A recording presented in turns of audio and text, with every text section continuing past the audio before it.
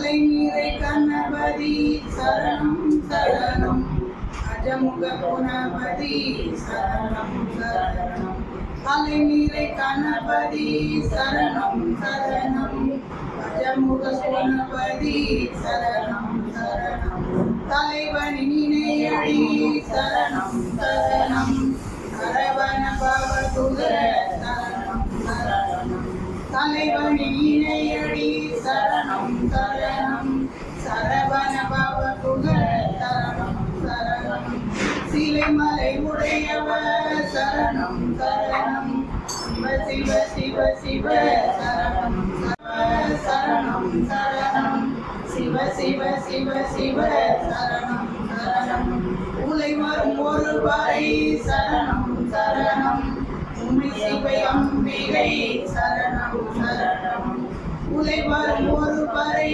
சரணம் சரணம் உமை சிவை அம்பிகை சரணம் சரணம் ஆயாகி தந்தையுமாய் தாங்குகின்ற தெய்வம் தன்னை நிகரில்லாத தனித்தலைமை தெய்வம் ஆயார வாழ்த்துகின்றோர் மனத்தமந்த தெய்வம் மலரடியின் செஞ்சினிசை வைத்த பெரும் தெய்வம் ஆயாது கனியாகி கலந்திருக்கும் தெய்வம் கருணையதி தெய்வம் மற்றும் காட்டுவிக்கும் தெய்வம் சேயாக இணை வளர்க்கும் தெய்வம் மகா தெய்வம் சித்தவையில் நாடுகின்ற தெய்வம் அதே தெய்வம்.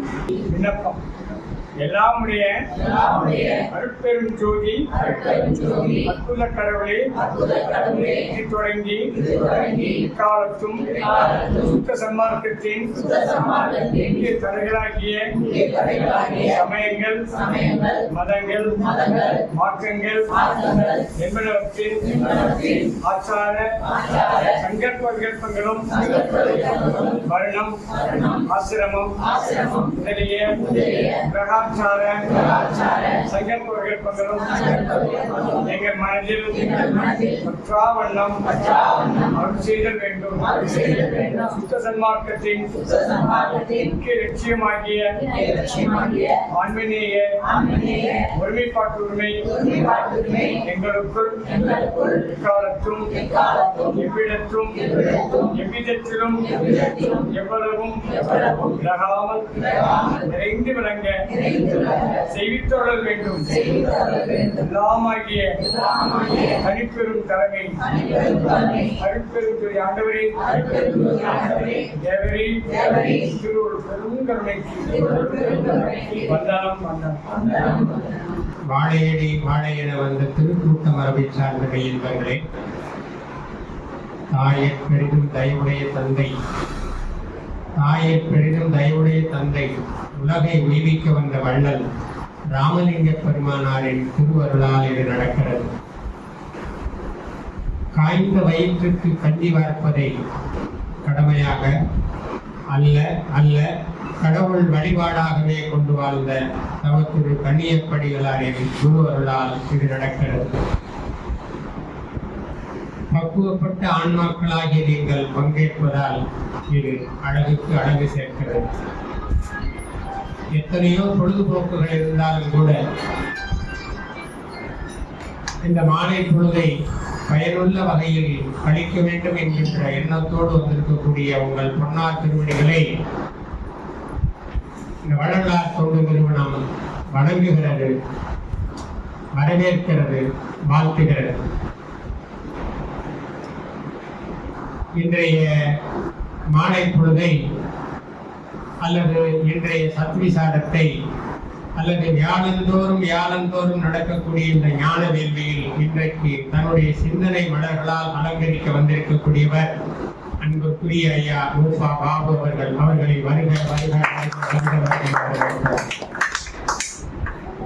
அவர்களை பற்றி சொல்ல வேண்டும் என்று சொன்னால், வாழையடி வாழையென்று வந்த திருக்கூட்ட மரபை சார்ந்தவர்கள். அப்பா அவர்கள் நிறைய பேருக்கு ஆசிரியராக இருந்து சன்மார்க்கம்னா என்ன, சமயம்னா என்ன, வள்ளலார்னா யாரு அப்படின்றத எவ்வளவு எளிமையாகவும் சரியாகவும் சொல்லிக் கொடுக்க முடியுமோ அந்த வகையில சொல்லிக் கொடுத்திருக்கக்கூடிய அந்த பாரம்பரியத்தில் வந்திருக்கிறாங்க. எப்பாரும் எப்பதமும் எங்கனமும் சென்று எந்தையினுடைய திருப்புகளை பாடிக்கொண்டு வந்து இருக்கக்கூடியவர்கள். அது மட்டும் இல்ல, சன்மார்க்கத்துல நடைமுறைப்படுத்தும் போது நிறைய சிரமங்கள் இருக்கு, அது சாத்தியமா என கேள்வி கேட்டவர்களுக்கு நடைமுறை சன்மார்க்கம் என்றே ஒன்றை ஆரம்பித்து அது சாத்தியம் என்பதை நிரூபித்துக் கொண்டிருக்கிறார்கள்.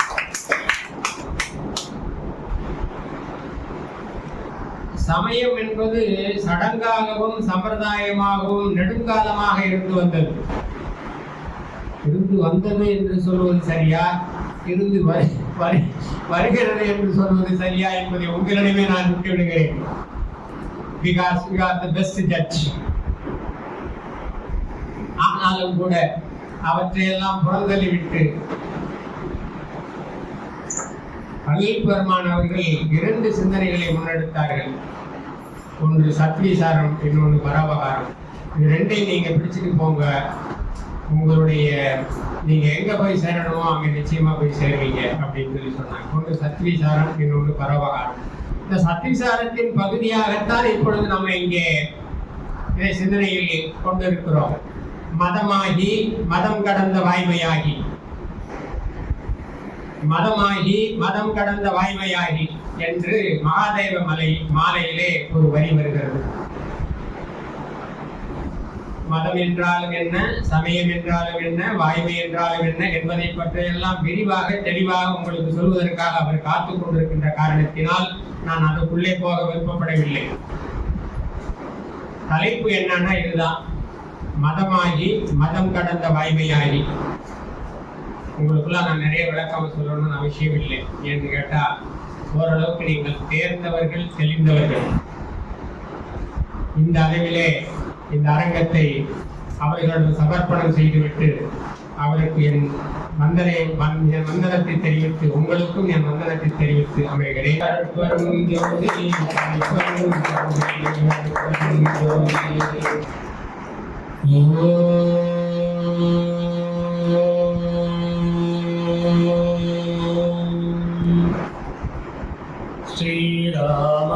ஸ்ரீராமலிங்காய நமஹ. அருட்பெரும் ஜோதி அருட்பெரும் ஜோதி தனி பெரும் கருணை அருட்பெரும் ஜோதி.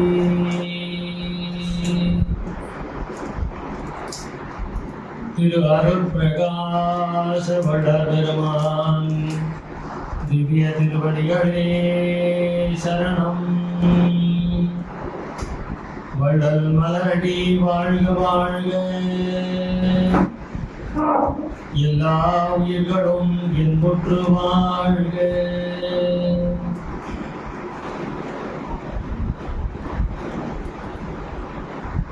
அனைவருக்கும் இனிய காலை வணக்கம்.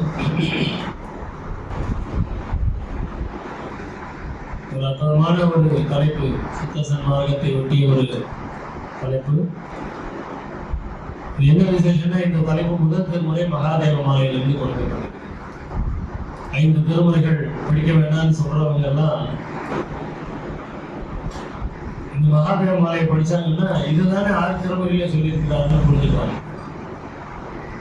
அந்த அளவுக்கு ஒரு அற்புதமான மாலை மகாதேவ மாலை. வள்ளல் பெருமான் 200 மாலைகள் செய்ததாக ஒரு கடிதத்திலே குறிப்பிட்டிருக்கிறார். நமக்கு கிடைத்திருப்பது 37 மாலைகள் தான் நமக்கு கிடைச்சிருக்கு. அதிலே முக்கியமானது இந்த மகாதேவ மாலை. முதல் திருமுறையிலேயே இருக்கக்கூடிய முதல் மாலை.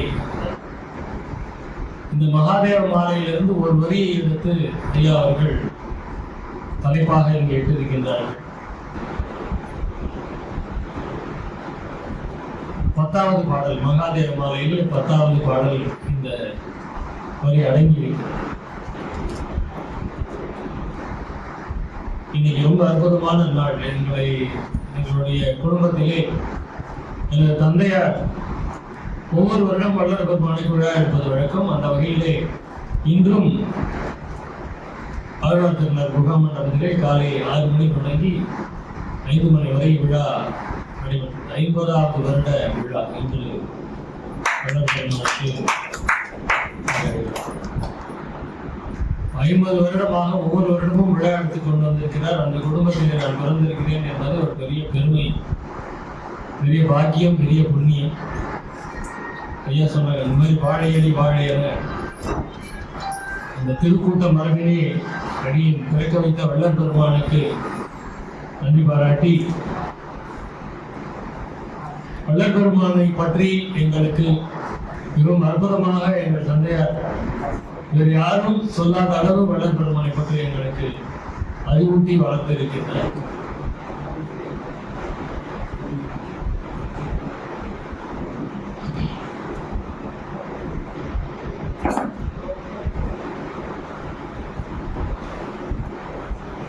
இந்த தலைப்பு மதமாகி மதம் கடந்த வாய்மையாகி. மதம்னா என்னங்க?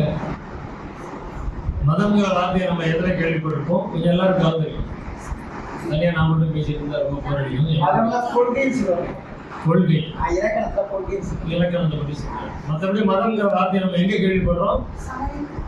யானைக்கு மதம் பிடிச்சதுதான் கேள்விப்படுவோம். சாதாரணமா மதம்ங்கிற வார்த்தைய யானையை ஒப்பிட்டு கேள்வி. அப்ப யானைக்கு மதம் பிடிச்சிச்சுன்னா அந்த இடத்துல என்ன பொருள்? யானை கட்டுக்கடங்காமல் யாருக்கும் அடங்காது, என்ன செய்யணும்னு தெரியாது. அது ஒரு மாதிரி வெறி பிடித்த தன்மை. மதம் அப்படின்னா வெறி பிடித்த தன்மை. இப்ப இந்த உலகம் எப்படி இருக்குது? எப்படி இருக்கு இந்த உலகம்? ஐயா இந்த உலகத்தை இவ்வளவு கேவலமா எந்த ஞானி பேசுறது இல்லை, வள்ளல் பெருமான் பேசுறாங்க. ஈனமந்தோ இந்த உலகம் என்று அப்படின்னு பாரு. ஈனமந்தோ இந்த உலகம், பொய்யுலகை நம்பாதீர் அப்படிங்கிற. இந்த உலகத்தை அப்படியே என்ன உலகம் இது? நம்மள ஏதாவது வெறுப்பு வந்தா மட்டும்தான் சொல்றோம். வள்ளல் பெருமான் அப்படின்னா என்ன உலகம்? ஐயகத்தில் வானகத்தில் மற்றகத்தில் நமது வாழ்க்கையெல்லாம் வாழ்க்கைன்னு மதித்து மயங்காதீர்கள் அப்படிங்கிறார். அப்படிப்பட்ட ஒரு உலகம், பொய் நிறைந்த உலகம்.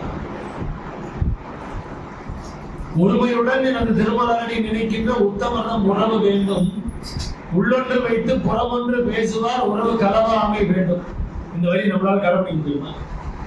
உள்ளொன்று வைத்து புறமொன்று பேசுவார் உறவு கலவாமை வேண்டும். நம்ம மௌனத்துக்கு போயிடுவோம். இந்த வரியை கடைபிடிக்கணும்னா மௌனமாக தான் இருந்தால் யார்கிட்டையும் உறவே வச்சு எல்லாரும் அப்படிதான் இருக்கிறார், நான் உட்பட. அப்போ இந்த மதமாகி அப்படின்னு வள்ளல் பெருமான் சொல்றாரு அப்படின்னா அந்த ஒரு வார்த்தைக்கு அவ்வளவு ஆழம் கொடுக்கிறாரு. என்ன? சமய மத மார்க்கங்களில் முற்றும் பற்றற கைவிட்டவர்கள் தான் சன்மார்க்கத்திற்கு உரியவர்கள். சமய மத மார்க்கங்கள். அப்ப இந்த மதம் அப்படிங்கிற அந்த ஒரு வார்த்தை, சமயம் அடுத்தது மதம். நம்ம சன்மார்க்கத்தை மூணா பிரிச்சுடுவாங்க. சமய சன்மார்க்கம், மத சன்மார்க்கம், சுத்த சன்மார்க்கம் பிரிப்பாங்க. அப்போ அந்த சமய சன்மார்க்கம் அப்படின்னா என்ன? நம்ம எல்லாரும் நினைச்சிட்டு இருக்கிறோம், இந்த உருவ வழிபாடு பண்றது, விபூதி வச்சுக்கிறது, தீபாரணம் பண்றது, கோயிலுக்கு போறது, இதெல்லாம் சமயம். இதெல்லாம் சமயம் கிடையாதுன்றாரு. இதுக்கெல்லாம் சமயம் கிடையாது. ஏன்னா சமயம் அப்படின்னா என்ன? குணங்கள் அடிப்படையாகத்தான் சன்மார்க்கத்தை வள்ளல் பெருமான் பிரிக்கிறார். குணங்களின் அடிப்படையாகத்தான். அப்ப சமய சன்மார்க்கம் அப்படின்னு சொன்னா அது சத்துவ குண லட்சியம் உடையதுங்கிற சமய சன்மார்க்கம் அப்படின்னா அந்த சத்துவ குணங்கள் 6 குணங்கள். சத்துவம்னா என்ன? சத்தானது, அதுதான் உயர்ந்தது, மேலானது. அந்த சத்துவ குணங்களை கடைபிடிப்பதற்கு பெயர் தான் சமய சன்மார்க்கம். கொல்லாமை, பொறுமை, சாந்தம், அடக்கம், இந்திரிய நிக்கிரகம், ஆன்ம இயற்கை குணமாகிய ஜீவகாருண்யம். இந்த 6 குணங்களை கடைபிடிக்கக்கூடிய மார்க்கம் சமய சன்மார்க்கம். இந்த 6 குணங்களை கடைபிடிப்பவன் சமய சன்மார்க்கி. நம்ம இங்க ஏதாவது வழிபாடு பத்தி ஏதாவது இருக்கா? குணங்கள். அடுத்தது மதம், மத சன்மார்க்கம். அப்ப இந்த மதம் என்பதை சன்மார்க்கத்தோடு சேர்த்து சொல்கிறார். மதம்னா என்ன சொன்னா வெறி பிடிக்கும் தன்மை. அப்ப வெறி பிடிச்ச சன்மார்க்கம் அது இங்க வரும் பொழுது அப்படியே வள்ளல் பெருமான் அப்படியே பரட்டி போடுறார். மதம் என்றால் முதல்ல சத்துவ குணத்தை சொன்னார். அந்த சத்துவ குணம் இருக்கலாமா நமக்கு அப்படின்னா அதுவும் ஆனாட்டார். அது வேணும். அப்ப மதம் என்பது நிர்குணம் அப்படிங்கிற அந்த சத்துவ குணத்தை தாண்டி நிர்குணத்துக்கு வரணும். அதாவது கொஞ்சம் அப்படி மேல ஏறி போனாதான். நம்ம ஏறி போகாம நிர்குணத்துக்கு வர முடியாது. அப்ப முதல்ல சத்துவ குணத்துக்கு வா.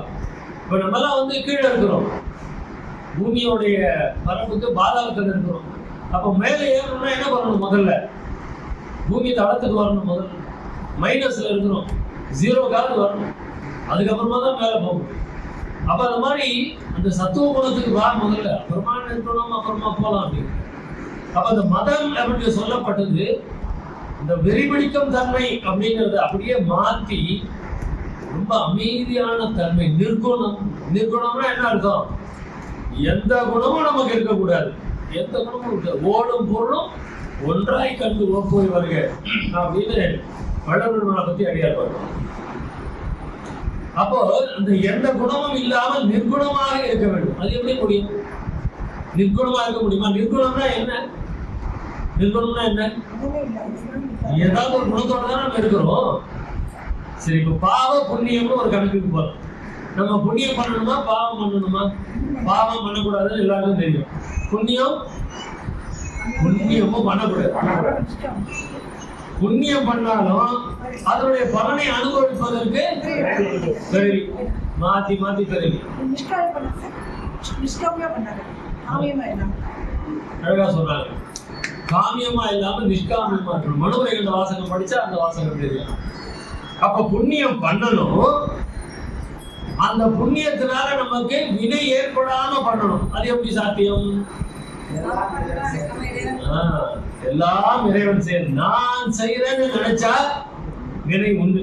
அது என்ன புண்ணியமா இருந்தாலும் சரி.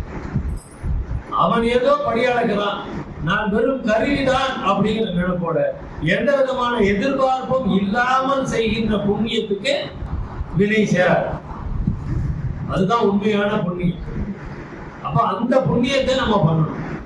மற்றபடி நான் வந்து அவரை படிக்க வச்சேன் அப்படின்னா முடிஞ்சு போச்சு, கதை முடிஞ்சிருச்சு. அப்ப அதே மாதிரி அந்த நிர்குணம்ங்கிறது அதுதான். எந்த விதமான எதிர்பார்ப்பும் இல்லாமல் எல்லாம் அவன் செயல் என்று சிந்தித்து இருப்பதுதான் நிர்குணம். எதுவுமே கிடையாது, எனக்கு எந்த குணமும் கிடையாது. நான் பேசினேன், நான் பாடினேன், நான் வணங்கினேன், அது கிடையாது.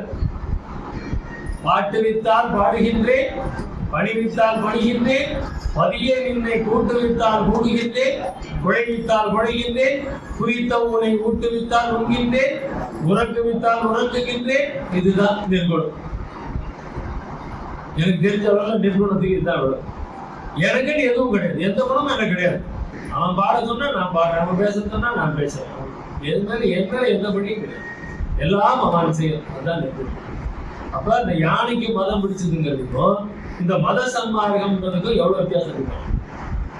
அப்ப அந்த மதம், எல்லாரும் இந்த மதம்னா இந்த நிர்குணத்தை பத்தி யாரும் யோசிக்கிறது இல்லை, வெறி பிடிச்சு திரிகிறாங்க. அதுதான் ஐயா வந்து அந்த சமய மத மார்க்கங்களை முற்றும் பற்றற கைவிட்டவர்கள் அப்படிங்கிறாங்க. அப்ப அந்த மதம் நாம் கைவிட வேண்டிய மதம் இல்லையா? நம்ம இங்க நம்ம சன்மார்க்கத்தை பொறுத்தவரை அந்த நிர்குணம் அப்படிங்கிறது நம்ம வரணும். அதுதான் இங்கே மதம். அப்ப அதையும் அப்ப மதமாகி அப்படின்றாரு. அதுக்கப்புறமா மதம் கடந்த வாய்மையாகி. இப்ப நம்ம அந்த பாட்டுக்குள்ள அந்த பாட்டுல இந்த 10வது அந்த ஒரு பாடல் மதமாகி அப்படிங்கிறது அதுல நிறைய வரும்.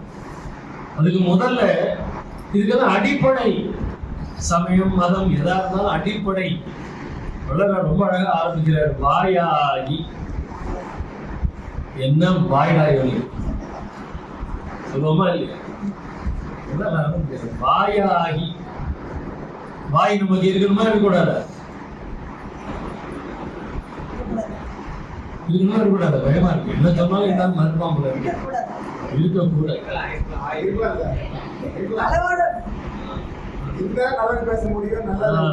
வாய் இருக்கணும். அந்த வாயாகின்றதுக்கு ஒழுங்கம் கொடுக்கிறார் வள்ளல் பெருமான். இன்சொல்லாடல், பொய் சொல்லாதிருத்தல், ரெண்டுமே முடிய மாட்டேங்குது. ரெண்டுமே ரொம்ப கஷ்டமா இருக்கு. இன்சொல்லாடல் ரொம்ப கஷ்டமா இருக்கு. இங்க வாயாகி வாயிறந்த மௌனமாகி. மௌனமாகின்னு சொன்ன போறாது, அது என்ன வாய் இறந்த மௌனமாகி. இறந்தன அப்ப வாயாகி வாய் இறந்த மௌனமாகி இது எல்லாத்தையும் சொல்லிட்டு வந்து கடைசி வார்த்தை ஓங்கும் தேவே முடிப்பார். ஓங்கும் தேவே. அப்ப இறைவன் எல்லாமாக இருக்கின்றான். மகாதேவ மாலை என்பது இறைவனை பற்றிய விளக்கம்.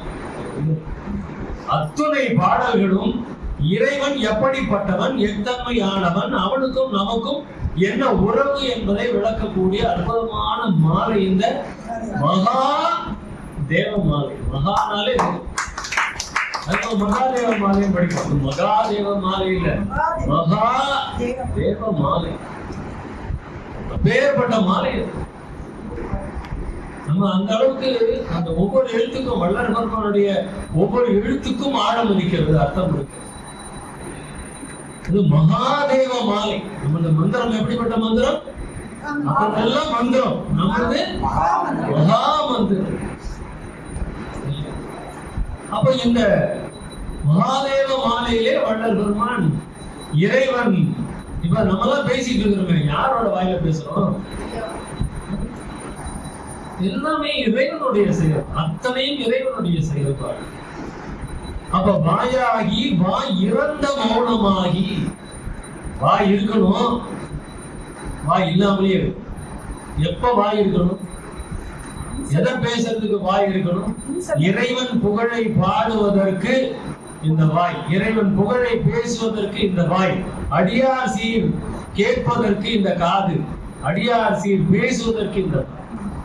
வேற எதுக்குமே இல்லை. நம்ம என்ன பண்ணிட்டு இருக்கிறோம்? வாயை திறந்தாலே அவ்வளவுதான். அப்ப இந்த வாய் எதற்காக கொடுக்கப்பட்டது? இறைவன் இந்த வாயாக என்ன நமக்குள்ள எல்லா இறைவனும் இருக்கிறான் இல்லையா? எல்லாருக்கும் இறைவன் இருக்கிறான். இங்க யாருக்கிட்டையாவது இறைவன் இல்லாம இருக்க முடியுமா? இறைவனே இல்லை, அவன் கல் அப்படின்னு சொல்றானே, அதுவும் அவனுக்குள்ளானே இறைவன் இருந்துதான் செயல்பட்டு கொண்டு இருக்கிறான். இல்லாட்டி அவன் செத்து போயிருப்பான். அவன் உயிரோட இருக்கிறான் அப்படின்னா, ஒரு க்ஷணம் நான் உயிரோட இருக்கிறோம்னா அதற்கு காரணம் நம்முள் இருக்கக்கூடிய இறைவன். அதை உணராம நான் உணரை கொண்டிருக்கின்றான். அவ்வளவுதான். அவனுக்குள்ளாரே இறைவன்.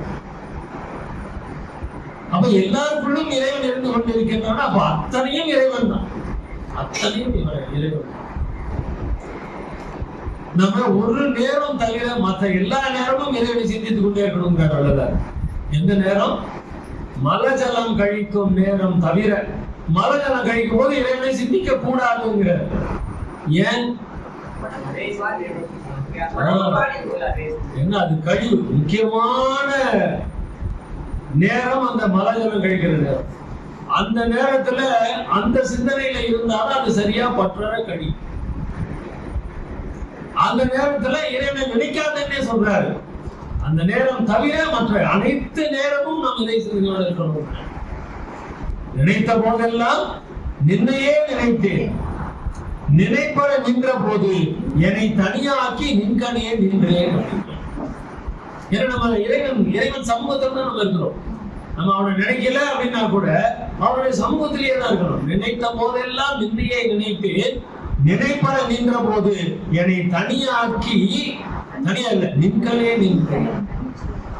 இறைவன் சமூகத்திலேயே தான் இருக்கணும். வேற எங்கேயுமே போல. இறைவன் இல்லாம எங்கேயாவது எந்த இடமாவது இறைவன் இல்லாத இடம் இருக்கா? எந்த இடமும் இறைவன் இல்லாத இடம். அனைத்து இடங்களும் இறைவன் இருக்கு. அப்ப இந்த வாயிறந்த மௌனமாகி.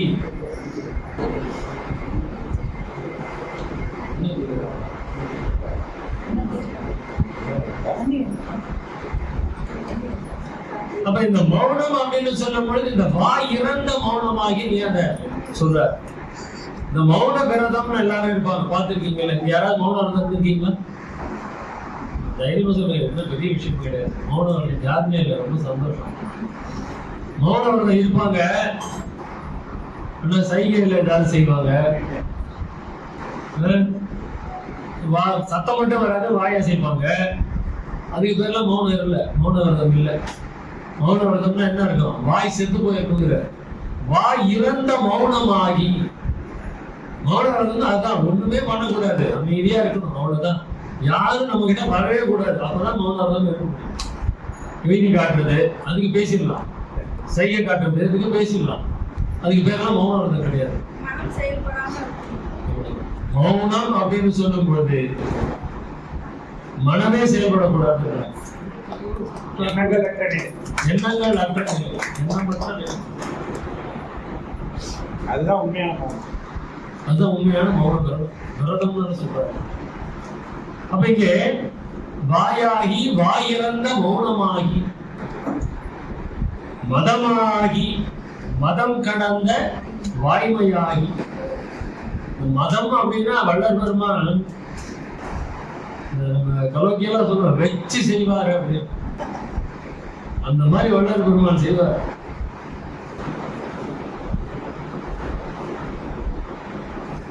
காமனுட் பகைவனும் கோபவின் கொடியனும் கனலோக மூடனும் பொடு மதம் எனும் கண்கட்ட பொடு மதம் எனும் துட்ட கண்கட்ட அங்க. பொடு மதம் எனும் துட்ட கண்கட்ட அங்க. ஒரு மதம் வந்துச்சுன்னா எப்படி இருக்கு?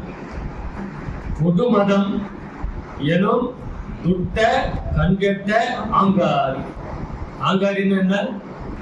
அவ்வளவு ஆணவம், அவ்வளவு ஆணவத்தின் உச்சம் தான் ஆங்காரி. அது எப்படிப்பட்ட ஆங்காரி? கண்கட்ட ஆங்காரி.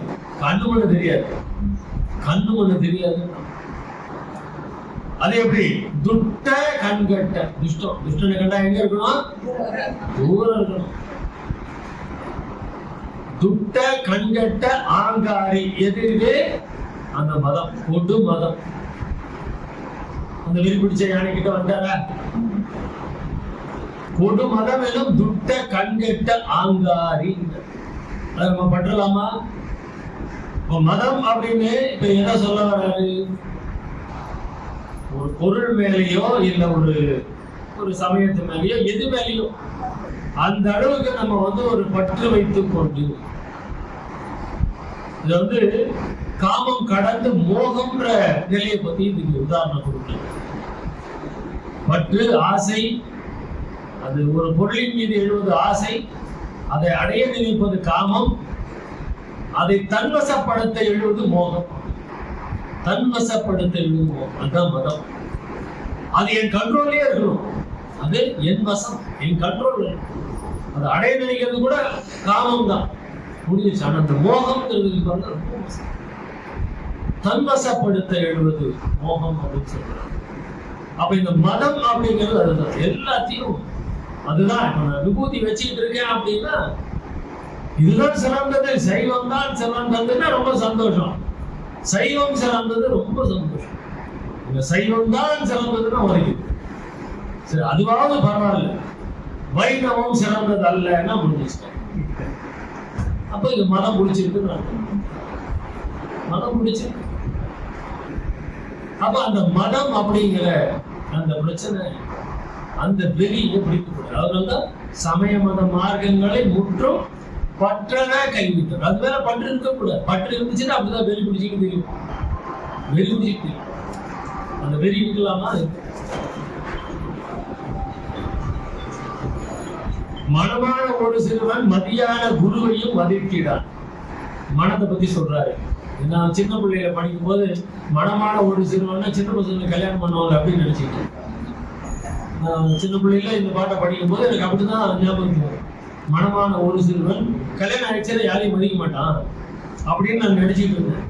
அப்புறமா தான் ரெண்டு சொல்லியிருந்தான் அப்படின்னு. மனமான ஒரு சிறுவன் மதியான குருவையும் மதிக்கிறான். நின் அடிச்சி மகிழ் கல்வி கற்றிடான். சும்மா இரான் காம மனதினிடை விழுந்து உழல்வான். சினமான வெஞ்சுழ துழல்வான். லோகமான் சிறு குகையில் ஊடு புகுவான். செருமோக இருவிடை செல்குவான். மதமெனும் செய்கொண்டில் ஏறி விழுவான். மற்றதெல்லாம் அப்படியே இருக்கு. அதெல்லாம் இன்னொரு நாள் வேற பேர் பேசும்போது பேசுவோம். இங்கே அந்த மதமெனும் செய்குன்றில் ஏறி, மதம் ஏறிச்சுன்னா பிடிச்சதுன்னா என்ன ஆகணும்? விழுவான். மதமெனும் செய்குன்றில் ஏறி விழுவான். அந்த மதம்ல வந்ததுன்னா விழதான் செய்யணும், வேற வழியே இல்லை. எவ்வளவுதான் உச்சத்துக்கு போனாலும் சரி, எவ்வளோ ஞானிகள் நீங்க பார்த்திருக்கலாம். அப்படிப்பட்ட ஞானிகள் எல்லாம் காணாம போயிடுவாங்க, இல்லாம போயிடுவாங்க. அப்ப அந்த மதம் அப்படிங்கிற அந்த ஒரு வெறித்தனம் நம்மள்ட்ட இருக்கக்கூடாது. நிறைய பாடல்கள்ல வள்ளல் பெருமான் சொல்லிக்கிட்டே இருப்பாரு.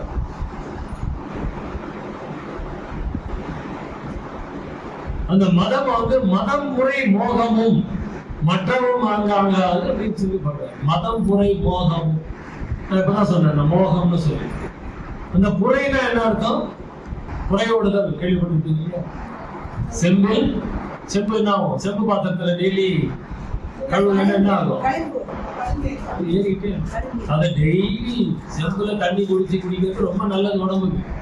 ஆனா அந்த செம்பு ஒரு வாரம் கழுவாம வச்சு நீங்க தண்ணி குடிச்சீங்கன்னா உடம்புக்கு அவ்வளவு கெடுக்கும். தினமும் அதை துலக்கிக்கிட்டே இருக்கும். இந்த செம்பு மட்டும் கழுவுதல் கூட சொல்ல மாட்டாங்க, துலக்குதல் வார்த்தையை பயன்படுத்துவாங்க. ஏன்னா அது துலக்கல் அப்படிங்கிறது கிட்டத்தட்ட துரிசி நீக்கி கொடுக்கறது தான் துலக்கல். அப்ப இங்கே மதம் புரை மோகம் அது அப்படியே மோகம் அப்படிங்கிறது புரையோடி போவது, திருத்தவே முடியாது. மதம் பிடிச்சவங்கள திருத்தவே முடியாது. திருடனை பார்த்து திருந்தால் விட்டால் திருட்டை ஒழிக்க முடியாது, யாராலையும் ஒழிக்க முடியாது. பாட்டுக்கு இருந்தீங்கன்னா ஜாதி மதம் சமயமிடும் சங்கடம் விட்டறியே, நமக்கு பாடு அவரு பாடு. ஜாதி மதம் சமயமிடும் சங்கடம் விட்டறியே.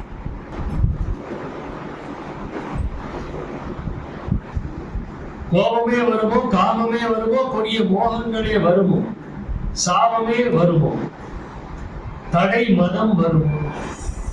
மதம் என்பது எல்லாவற்றிற்கும் தடையாக இருக்கக்கூடியது. அதனால இங்க மகாதேவ மாலையில அந்த மதம் அப்படிங்கிறது ரொம்ப குறிப்பிட்டு சொல்றாரு. மதத்தை பற்றி இருக்கிற இறைவன் வருவானால் ஜாதியும் மதமும் யார் பார்க்கலையோ அவரையும் தான் இறைவன் இல்லையா?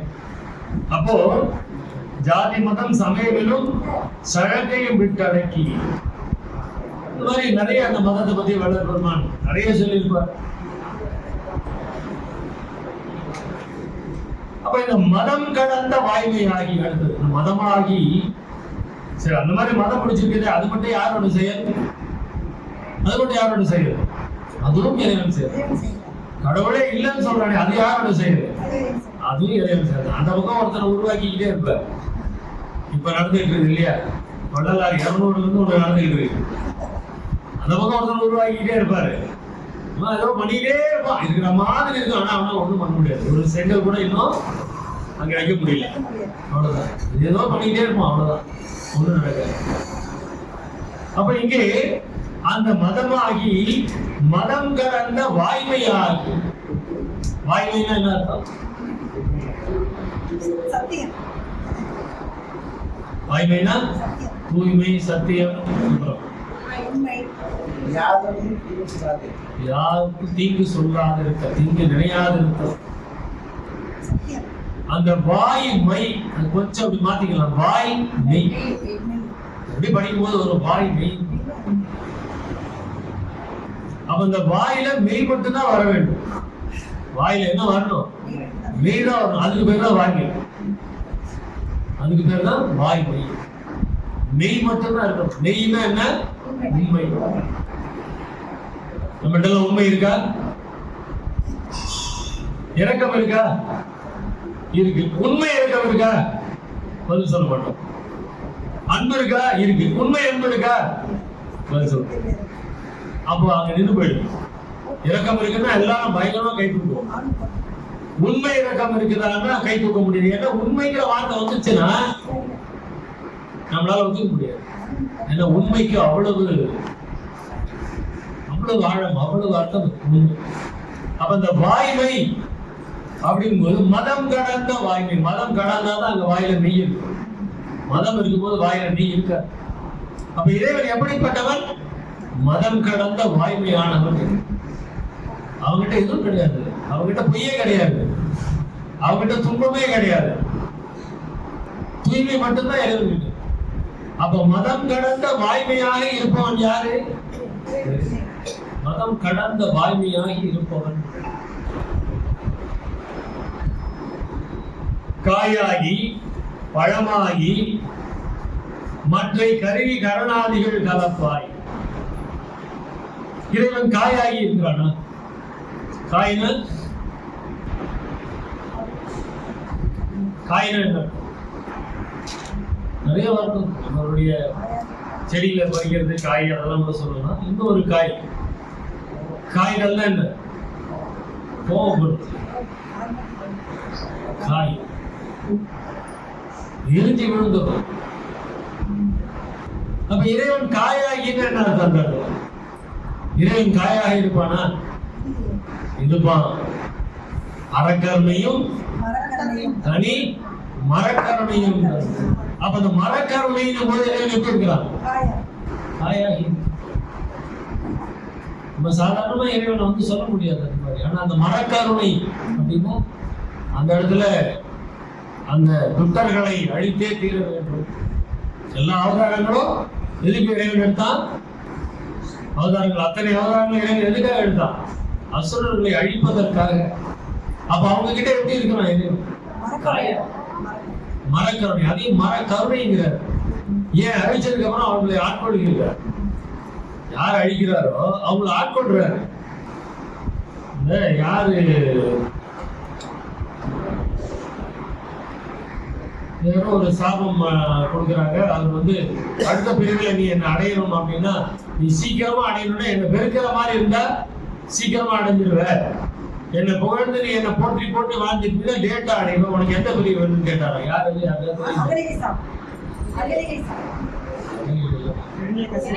கசிப்பு தானே? இரண்டிய கசிப்பு. என்ன நீ வெறுக்கிற மாதிரி இருந்தா சீக்கிரமா அடைஞ்சிருவ. என்ன வெறுக்கல அப்படின்னா நீ என்ன கும்பிட்டே இருக்கிறன்னா ரொம்ப காலம் ஆகும். உனக்கு எந்த பிரிவு வேணும்னா நம்ம என்ன பிரிவு கேட்போம்?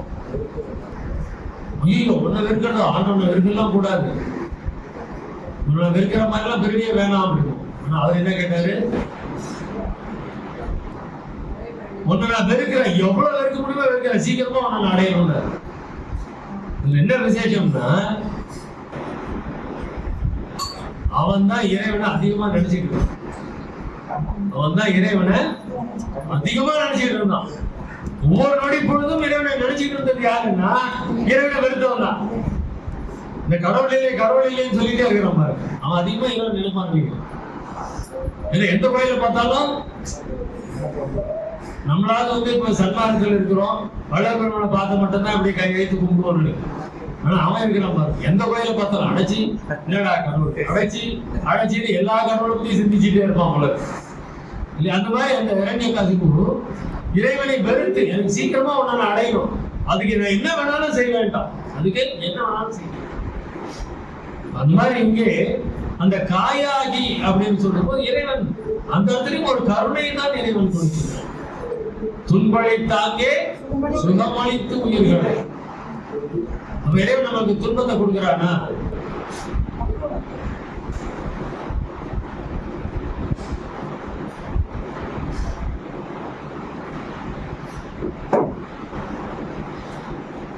அப்ப துன்பளித்தாங்கே சுகமளித்து உயிர்களை அன்புட காத்தவர்கள் அப்படின்னா அவங்க துன்பளித்து அப்படின்னு சொல்லும் பொழுது இறைவன் துன்பத்தெல்லாம் கொடுக்கிறது கிடையாது. நம்மளுடைய வினை பயன்கள் அந்தந்த வினை பயனை அந்தந்த நேரத்தில் நம்ம அனுபவிக்கணும் என்பதை இறைவன் நமக்கு.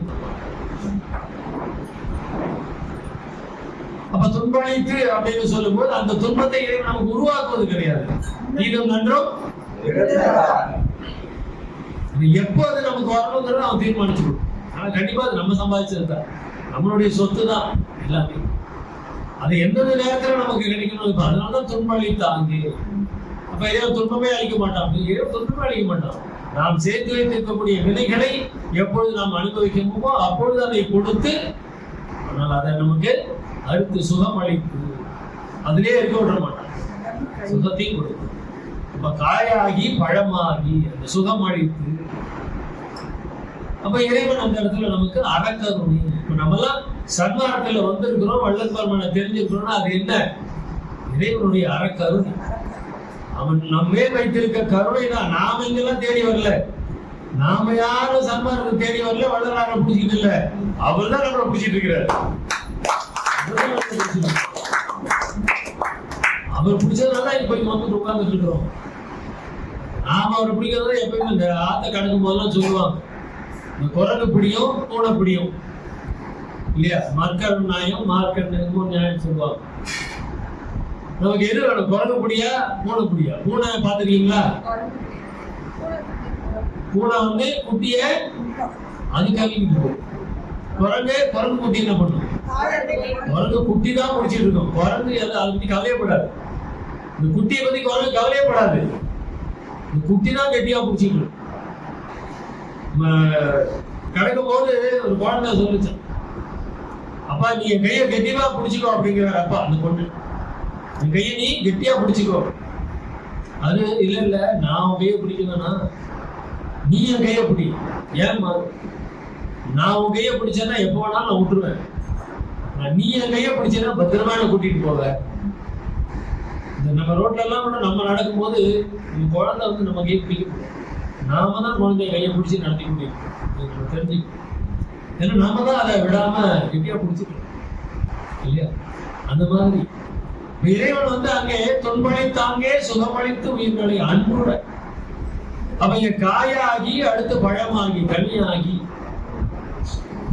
நம்ம அதே நேரத்தில் விட்டுற மாட்டோம். அப்படி இறைவனை பற்றி இந்த மகாதேவ மாலையில வள்ளல் பெருமான் எப்படி இறைவன் எப்படியெல்லாம் நமக்கு கருணை அளித்துக் கொண்டிருக்கின்றான் அப்படிங்கிறது ரொம்ப அழகா எடுத்து சொல்லிட்டே வருவார். மற்றை கருவி கரணாதிகள் கலப்பாய். மற்றை கருவி கரணாதிகளின் கலப்பாய். கருவினா என்ன? நம்மளுடைய இந்திரியங்கள், பொறிகள், கண்ணு, காது, மூக்கு, வாய், இந்த தேகம். கரணங்கள்னா மனம், புத்தி, சித்தம், அகங்காரம். அப்ப இதுவும் எல்லாமே இறைவனுடைய செயல்தான். மற்றை கருவி கரணாதிகளின் கலப்பாய். அப்ப இதுல இறைவன் கலந்துருக்கிறான். கண்ணுல இறைவன் கலந்துருக்கிறதுனால தான் நம்ம பார்க்கிறோம் இல்லையா? காதுல இறைவன் கலந்துருக்கிறான், அதனால தான் நம்ம கேட்கிறோம். எல்லாமே இறைவனுடைய செயல். இல்லாட்டி இது ஒன்றும் கிடையாது. ஆனா இதெல்லாம் இறைவனுடைய செயலா? இந்த கண்ணு என்ன பார்க்கணும்? இறைவன் உண்மையிலேயே இதுல கலந்துருந்தாங்க. இப்ப நமக்குள்ளார இறைவன் இருந்தான் அப்படின்னா நம்ம போய் சொல்லுவோமா? இறைவன் எங்க போய் சொல்லுவோமா? இப்ப இறைவன் இருக்கிறான்னு ஒத்துக்கிட்டீங்களா இல்ல? எப்படி நேரம் முன்னாடி இப்ப இறைவன் இருக்கிறானா இல்லையா சொல்லுங்க. அப்ப போய் சொல்லும் போது இறைவன் எங்க போயிடலாம்? அப்ப போய் சொல்லும் போது அவர் சொல்றாரா?